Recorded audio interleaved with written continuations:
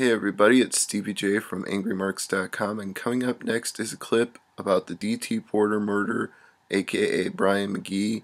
He murdered his girlfriend this week, and he is a former WWE developmental talent. And on Thursday night AMP, Sierra and I discussed some details that you may not know about it, including the things that he said on Facebook last year, which may not have directly led to him getting released from developmental, but certainly played a factor because he was saying some disturbing things even back then. This is not a fun story. I'm not happy about sharing it, but at the same time, it's information that people want to know, deserve to know, and we're going to continue to bring you developments on it in the days and weeks to come. So here's our clip from Thursday Night AMP talking about D.T. Porter. And get this, because I was doing research about this guy, and I don't know if you remember this time last year around May. There was a Was post. when he had his total meltdown on Facebook? Yeah, and then he said he was hacked on Facebook. And so I'm wondering if he's going to say his excuse if he was hacked on Facebook.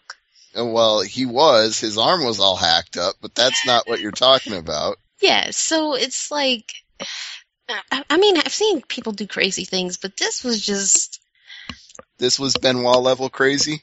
Yeah, and bad thing is, because I was talking to Jeff about this earlier, and we both were saying, like, how does this look that he's a former employee of WWE? And what if he was still with them when this happened? It kind of looks good on them that they let him go, because at least now they've got distance between him working for them and what he did, because he's been out of the company for a whole year now. But here's the thing.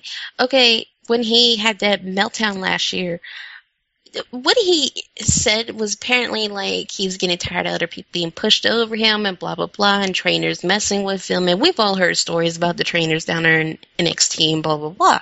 Sierra, do yes. you want to quote? I actually have his post. I really don't even want to quote all of that, but... I don't want to quote it either, but I'll give you the part that's relevant to what you're saying. He says, already going crazy. That's a prophetic statement. Already going crazy since I've been for like 10 months now, but it gets worse. Every day a trainer goes out of his way to rib or disrespect me in front of the boys because I've been out so long. I can't clear myself. I want to wrestle more than anything, but I don't even know who I am anymore. Quote unquote. But here's the thing. I understand, like, they can't be responsible for all their employees and stuff that they do under their watch and everything, but what if he was having such a meltdown down in developmental and they didn't make sure he go get help and he got worse? Well, you can lead a horse to water, but you can't make him drink. I mean, you can tell somebody, go to rehab and get help, and they can check themselves out of rehab 5 days later. Just ask Sonny.